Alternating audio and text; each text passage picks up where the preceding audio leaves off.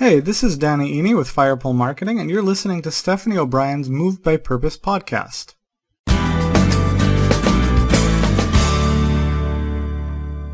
I think as I read information, that kind of dictates my action. So I really have to get focused on the front end on what I'm putting in my brain. And so there's many shiny things I'll discard that are very interesting and I'm curious about, but I have to be very careful with my reading. It just starts with my reading that I have a system there.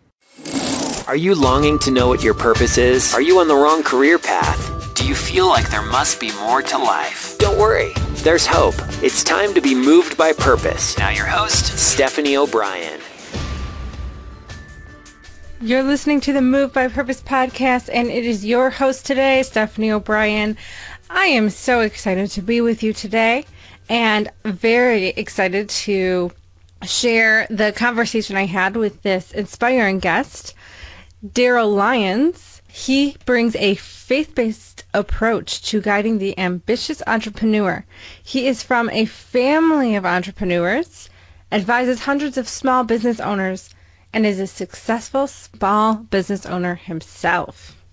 In fact, New York Times best-selling author Dave Ramsey calls Darryl a rock star. As co-founder of PAX Financial Group in San Antonio, Texas, Darryl has led the organization to become one of the fastest growing companies in San Antonio and one of the best places to work, according to San Antonio Business Journal.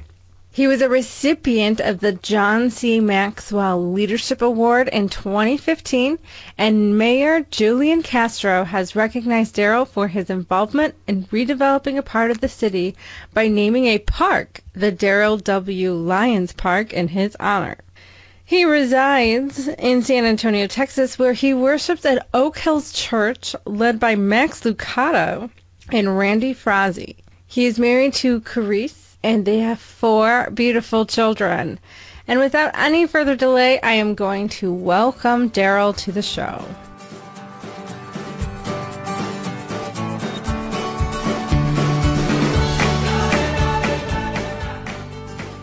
Welcome to the show, Darryl. I am so honored to have you on today. Thank you for having me. I listened to your last show and I appreciate you having me on. Yeah. Now, we tried this attempt before and had some technical difficulties, so I thank you for your patience in rescheduling, because sometimes in life, things don't go according to plan and you have to adjust. Yeah, so thank you for that. You're pretty calm under pressure, so that was good. You can tell a lot about a person under pressure, right? You know, you handle yourself very well. Oh, that's really funny. I'm going to have to replay that for my closest friends and family. So they might have something different to say, but thank you for that. Exactly. Forward it over to them. Yeah. So the first question I ask every guest on the show is, let us have a little background about yourself and what were the events that led you to starting PAX Financial Group? Yeah, so I really got into wanting to understand money really early in life. It was one of those things where I was really focused. When I had graduated from high school in a small town in Texas called Castroville, Texas, it's a really great community. But we had bounced around a little bit in my youth around Texas, mainly in the South Texas area. And we had family that just didn't ever have money. We ended up living in a little trailer park in Castroville, Texas. And I just wanted to learn how people made money. I had friends with nice houses and seemed to be stable, and I really just wanted to learn how it was done. So when I graduated, I ended up getting an academic scholarship to a university in Texas called St. Mary's University. And one of the first things that I did was worked at a bank, because in my mind, that's where the money was at, right? So I could learn about money, maybe make money, but I could definitely learn in that environment. So I worked at a Bank of America right at Bandera and Woodlawn. And I say that because the area is densely populated, very low income, one of the highest teenage pregnancy rates in the entire country, and predominantly Spanish speaking. So I learned how to serve that community and learn Spanish and learn money. It was a really great experience. And I worked about 35 hours a week at bank. And so as I started to navigate through what I wanted to do in the different career paths, I found myself taking an accounting course, and I was pretty good at that. And then I took a finance course where the professor said, here's a bunch of fake money, and whoever makes the most money at the end of the semester gets a good grade. And I had won that. And this was in 99, so this was a pretty interesting time for markets. And so I had done some things that won me that course. So I put together this idea that I'm now starting to get some fundamental skill sets in banking, lending. I understood what CDs were and basic checking, savings, demand deposit stuff. Really understood that well, and credit. And then I also understood tax. I got an accounting degree, but then I also understood investments. So I thought, how do you put all this together? And, I care about people a lot, and how do you do this in a way that really serves people? And there's really not much part of me that wanted to be on Wall Street. That just didn't resonate with how God has gifted me. I read a book called Liar's Poker that was read by Michael Lewis, so I kind of understood what that jungle was like. And I really wanted to stay in San Antonio. I have a strong conviction in this community. And so I decided to set up shop here and be a financial planner. I did that right out of college, December 11th, 1999. I got a lot of other letters behind my name, but I started my business officially 8 years ago, and I co-founded it with two other guys, and we called it PAX Financial Group, and it's really done well, and I'm really proud of it. So you said that, does your industry require you to get all of those? You said you have a lot of letters behind your name. Was that something that you did as a requirement in your industry, or were you still kind of searching for what you wanted to do and trying to clarify that? Oh, that's a good question. No, I was pretty focused. I knew what I wanted to do. I would do research before I jump into things. So in my particular financial industry, you have two career paths. Predominantly, you have what is called a chartered financial analyst, which is an understated designation after somebody's name, probably equivalent of an MBA or more in the studies. Those people end up typically working in major metropolitan areas, managing people's money, very much Wall Street, and very grueling. I mean, as a matter of fact, I've been in an environment where I've had to manage people's money with a lot of attention, and you just don't sleep. When I was managing money to a high degree, I would watch the European markets overnight. You always kind of worry, and you never are focused anything outside of the money you're managing. So that's the chartered financial analyst. On the other side is the financial planner, which is what most consumers and people, they engage with the financial planner. And that's another designation that requires a tremendous amount of work and testing. But I did the CFP knowing that's what I wanted to do. At that point, I wasn't kicking tires at all. I was very committed, and I wanted to get that designation, and I did get some more, but that's probably the most significant one, the CFP. I did it before I had kids, and it was kind of weird, Stephanie. So what I would do, I would study for like 4 hours, and then I would play Madden football for an hour on my video game set, and then I would study another 4 hours. So I had this system of video games and studying, but it worked for me, and I passed it, and it's really served me well, and it served the community well too. I think in our industry, which is just like a lot of industries, it just doesn't always have a good name or reputation, but that CFP designation, if a consumer finds a CFP, typically they're getting a higher standard than they would otherwise. Okay. So you mentioned that you were really focused. Now, that's a big word for entrepreneurs. Yeah.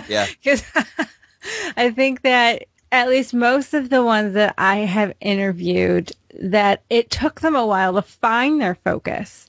So do you have any tips on, I love that your study, just how you studied. Everybody is different, and you have to find what works for you. But for the people that really struggle with finding focus, do you have any tips? Because you said you were able to be focused and maintain that. It is a really good question. I know Warren Buffett, he was sitting around a table with a number of very successful people, and he was also with Mr. Bill Gates, and they wanted to corner those two men and ask them if they could agree upon one attribute that made them very successful. And after, I guess, some huddling and conversation, they came up with the number one attribute that made them successful was focus. And so that's got to resonate. And so if we're distracted, I think, by the shiny objects, I think it's really detrimental to our ability to grow personally and professionally. I am way more focused, and I don't know how to say this. It sounds so arrogant, but I'll substantiate a little bit. I'm way more focused than most. I get that, but I still struggle with focus too. In fact, I have a mentor right now that's helping me stay focused. So, you get to the point where you feel like, okay, I've really got this focus thing down, and then another shiny object comes up and you want to chase it. So, yes, focus is always kind of something that we're always massaging and always working on. Right now, for example, just to give you an idea, so I'm a financial advisor, but I'm also CEO of a company, and I'm also an author. And I had to figure out, where do I focus my time and how do I focus? And so I have somebody that's walking life with me that I told him I want to make sure that my focus, my energy, the stuff that I read is focused on the leadership. So right now, for example, this might help your listeners as well. One of the things that I do is I actually focus on what I read. If it's a magazine article, I will set it aside and I'll read it on Fridays. Now, I'll only read magazine articles that are relative to personal finance. If it's email, I will only read email information if it's relative to the economy. And then I'll only read books on leadership. So I read 4 president biographies a year and a lot of Jim Collins. Every year I evaluate my reading plan because I think as I read information, that kind of dictates my actions. So I really have to get focused on the front end on what I'm putting in my brain. And so there's many shiny things I'll discard that are very interesting and I'm curious about, but I have to be very careful with my reading. It just starts with my reading that I have a system there. Wow. So you break it down to even the smallest thing, which is starting with reading and what you're learning. So you are very intentional, which is a big word, intentional about what you're doing with even the smallest detail. And what I've learned too is focus is very, very critical to the success of your business. And what partners very closely with that is discipline. So I almost feel like you can't be focused without being disciplined. It seems like you have to first, I don't know, for me and from what other people I've noticed when I've interviewed them, it seems like they've had to, for those who may have lacked focus and had difficulty getting focus, it seemed like the preparation and training in order to finally get that was discipline. Getting up earlier in the morning, having a clear plan of what you're going to be reading and knowing where you want to go, and then being intentional about getting yourself there. Yeah, it's very challenging. I really think this conversation is great because even when I talk about it, it helps me just get better at it. It is always a challenge, and I don't want to be the victim of focus. Focus, I may offend some of the audience because they're not all Texans, but I'm from Texas, so I go hunting, right? So I hunt for deer, I harvest the deer, I process it, I respect the animal, and we eat it as a family. It's part of what we do. It's very cultural here in San Antonio, Texas. But when I get the deer in the scope, I'm very focused, right? Now, the challenge with focus is sometimes I don't see, like maybe I'm focused on a deer, but I may not see another animal or a big buck outside of the focus, right? So there are times where I have to really try to, and typically I do this every quarter. So every quarter I take a week off and reevaluate my focus because I don't want to be focused to the degree that I can't see things outside of my scope. You know what I mean? So my focus is, it's so important to stay focused, but then I take a breather every quarter for 1 week and I just breathe and reevaluate the focus. The focus as well is listed on my shower wall of all the areas in which I'm focused on. I put it on my shower wall, not just for me, but for my wife so she can be a part of those things that I'm trying to strive for. And it could be altruistic or it could be professional. But there's some specific action items I want to accomplish, and she's really encouraging and helps me and reminds me of the things that we want to do for our family, because I have, some focus goals for our family as well.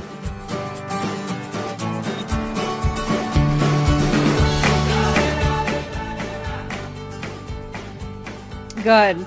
So it's that work-life balance where it's the whole person and the whole life rather than just strictly business. And I think some people get off balance where they're so intently focused on getting their business off the ground and sustainable that in the meantime they're neglecting other areas in their life and then wonder kind of what happened. So yeah. I think that's really good that you set that example. Yeah, we were talking just a few minutes ago in my office about how Steve Jobs and how focused he was. And the byproduct of that focus was some kids who were really hurt. So for me, I'm going to be careful there. So if you look at some of my desires that I have, they're very much balanced. So I'm focused. I date my kids. I have 4 kids. I date every month. Every one of them gets a date, which is me opening the doors for one of my 3 girls, me just looking them eye to eye, talking about life, asking them questions. We even role play. Like, that's a part of my focus, is I want to role play with them, because as they deal with life, I want to be able to wrestle with life and kind of make it come alive in a role play. So they're very, very focused, even with my kids. I think it's all healthy, and I don't want to wear myself out being focused too much, but my wife's real good at telling me to slow down, and she really keeps me in check, so I give her a lot of credit for that. Yes, it's really important. The people around us are extremely important, that we're aware, are they supporting us? Or, okay, if you're married, you can't, I don't encourage ending your relationship with your spouse.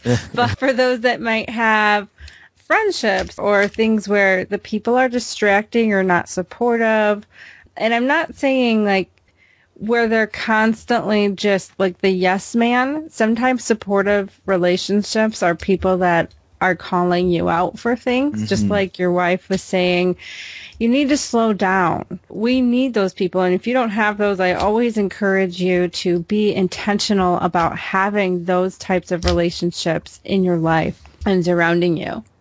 Okay. Now, I want to transition to a new question.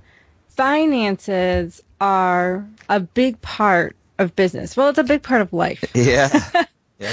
But some people are not, like, you seem to have a very disciplined, very focused wiring, and that is such a beautiful gift and strength. Others are more spontaneous and kind of live by the seat of their pants, and things like paying attention to numbers and taxes and things are not as attractive to them, and so they put it off, they procrastinate, or it's not a sexy thing for them.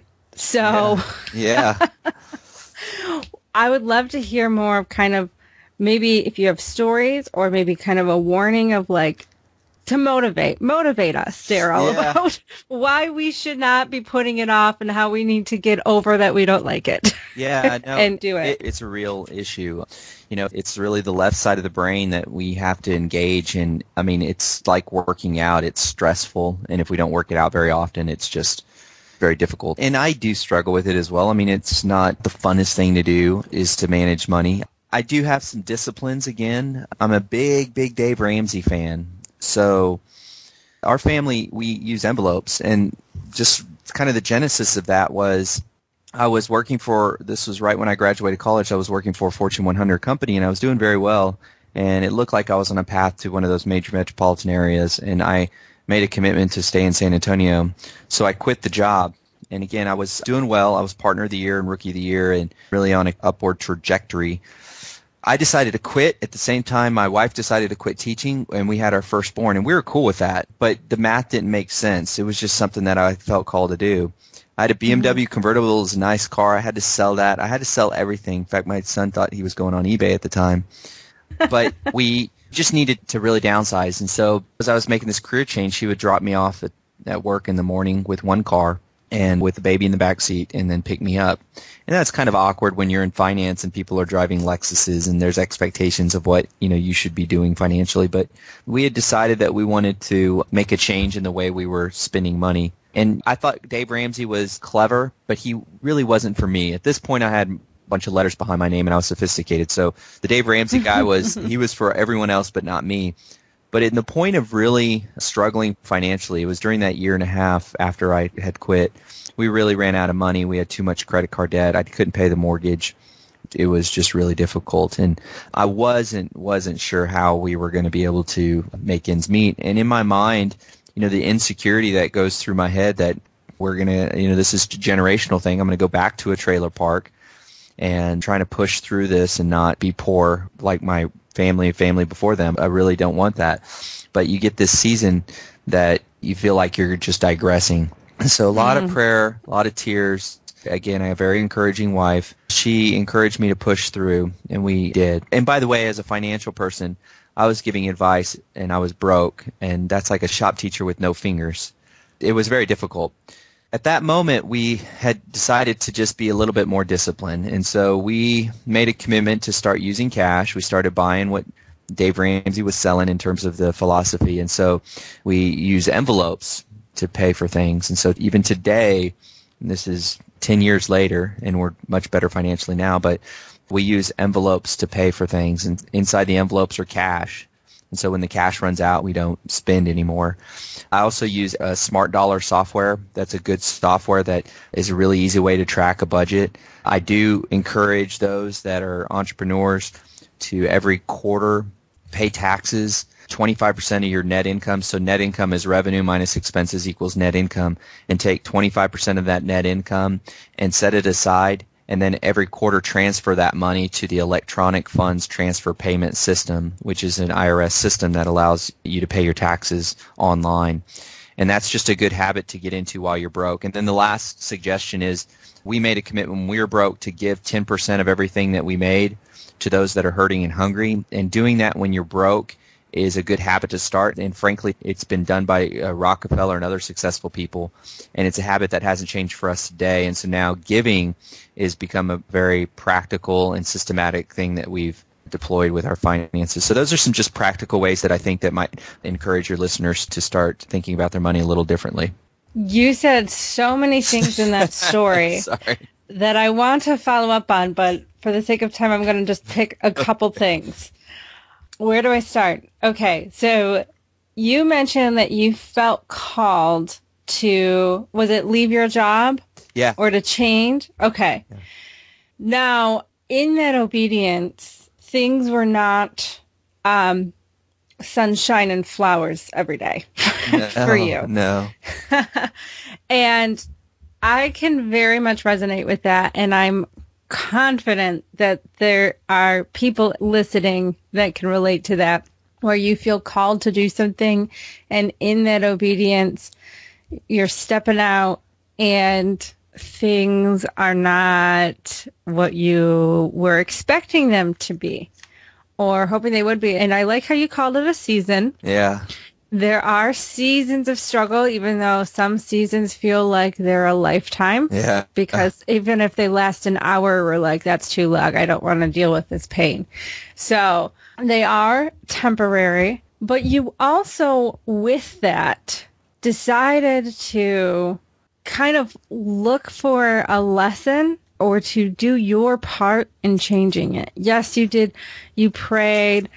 You cried out. You did what most people do in these seasons. But then I don't know, I feel like I went through a similar season and I had the temptation to just kind of blame God for everything and get mad at him. And I think for some people that might be part of the process. But then you decided that there had to be something that needed to change. And I also like that you were tested in an area. This also is a very common pattern I've noticed, that you said you were a financial advisor who was broke. Mm-hmm. It seems that there's a lot of people that the very thing they're called to do or to be or to teach on is the very area that they're tested in at a very, very difficult level. And I think because, I don't know, I don't want to put words in your mouth, but in review of my own situation and with other guests who have had kind of similar stories, they have said because of that, they're so much more equipped to have empathy and compassion with who they're working for, and they have the credible expertise on how to get out of it. Yeah, it's really neat. I think God just did surgery on me, and I wanted to grab the scalpel and do it myself, but he did a good work on me, and I came out a better person. And yes, I did not like that season, but I think the seasons like when God's probably up in heaven and going, when things are going good, he's probably thinking, yeah, that's great, you're doing good. But when things are bad, he's like, I can use that. And I think he takes those opportunities and, at least for me, has really done some transformation. But also, like you said, which is a great point, the degree of empathy that I have for people that are just dealing with life is totally different. And so as an advisor now, I just feel like it's really, really cool for me to be able to help people in difficult places. And I know that's a gift because I've talked with other advisors and trained hundreds of advisors before, and they've heard my story. And I don't think anything of my story necessarily, but they said, Darryl, yeah, but I don't have that story. And they do. It's just different. They just need to unpack and think through it. But the reality is that in that difficult season, God was doing an incredible work. And just like any president says, I'll never let a good crisis go to waste, I think God says the same thing. I think our part in that is just acknowledging that he's doing a good work. And on the other side is saying, okay, what was God doing in that season? And then figure out how to leverage it.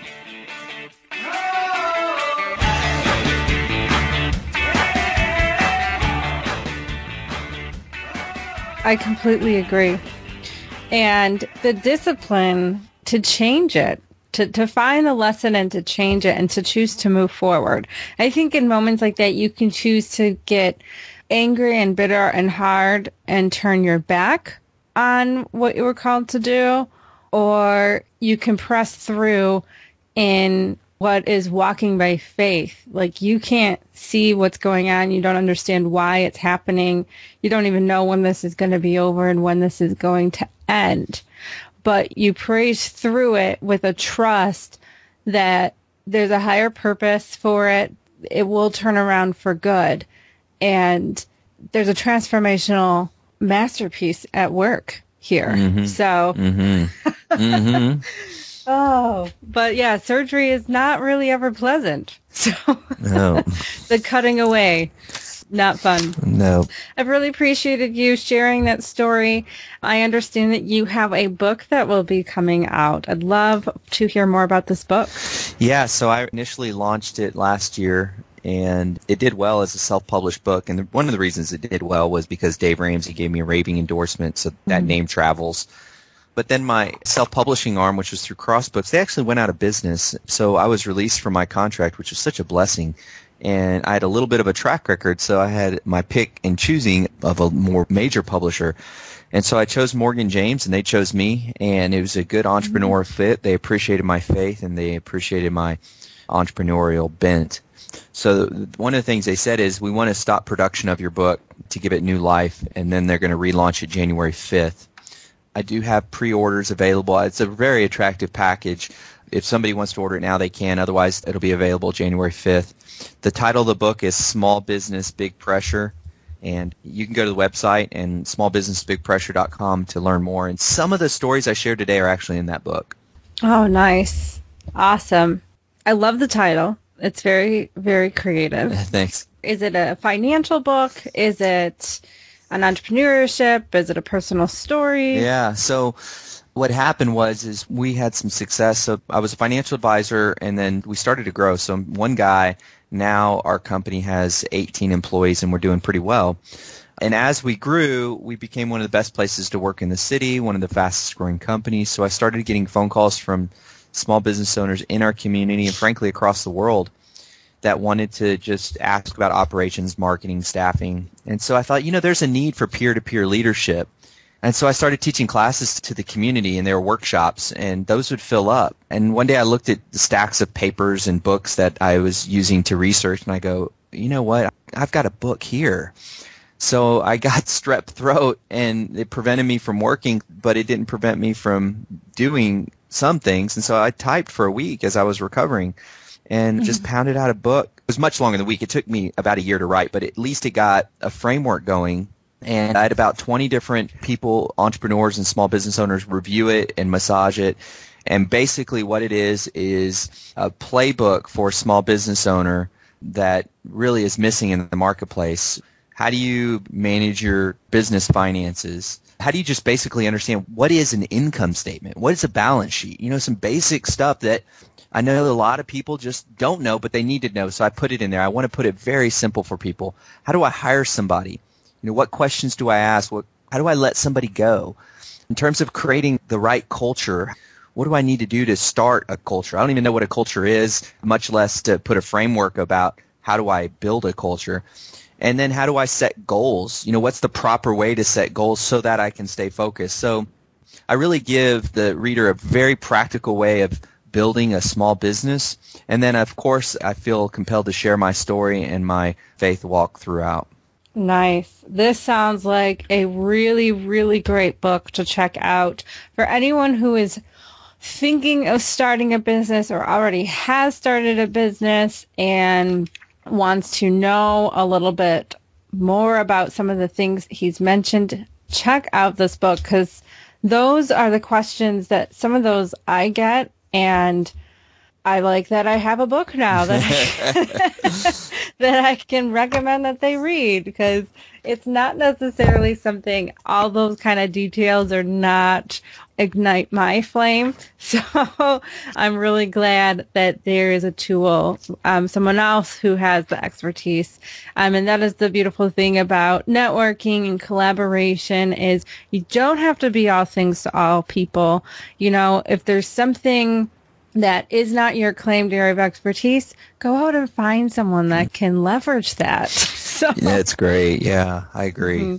Yeah. So small business, big pressure. And what is the pre-order? You said there's a nice package going on right now. Yeah, so I just wanted to get the word out. So the packages, they'll get the book in January when it's out. They'll also get an ebook version of it. Then they'll get another ebook that I wrote, and they'll get this one right away. And this is 30 small business startup mistakes. And then there's no shipping. So it's all for, I think, $15.99. So they get all that. Pretty good deal.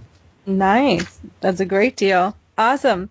All right. Be sure to check out that. And then where else can they connect with you if they need financial advising or anything, any questions they have about whatever it is financial with their business or personal portfolio? How can they connect with you? You know, one of the best places to connect with me is on LinkedIn, a very professional platform.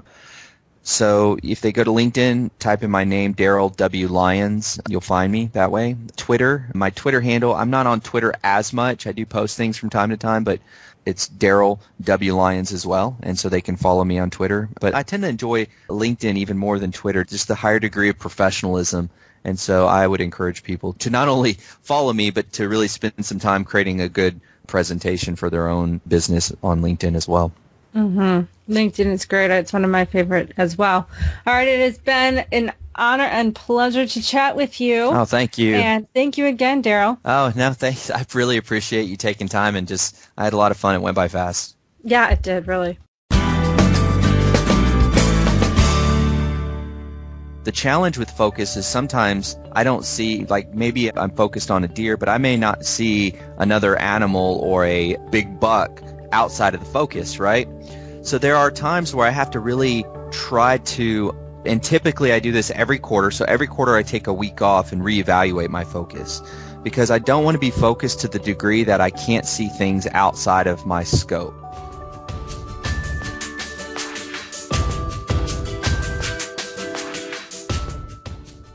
So that was Darryl Lyons, a very big blessing to have on the show today. And I hope and believe that you have received some benefit from listening into our conversation. I really appreciate his transparency and sharing the story. The part that really resonated with me, because I've gone through my own season of this, is feeling like you're kind of a hypocrite where you're called to advise on something that you're struggling with yourself. And I really admire how he took action to change things around. There was more to his story. I'm sure we can read it further in more detail in his book, Small Business, Big Pressure. Make sure you check that out. I believe he said it was smallbusinessbigpressure.com. Pre-order it for that package. You can get 2 ebooks and a print version, so that's pretty exciting stuff. So make sure you check him out. If you need any financial services, connect with him on LinkedIn. LinkedIn is a great social media platform. If you're not already on there, you should be, because if you're working or owning a business, it's a powerful networking site to be on. So, and if you have not done so already, as I say in every episode, if you got value from this episode, please make sure that you subscribe, rate, and write a review. Take 5 minutes of your time to do that. Share this episode with someone that you believe could benefit from it. This helps spread the word, helps more people, and helps me get found, and it just adds value. It helps more people be inspired and to get motivated and to go after and pursue their dreams.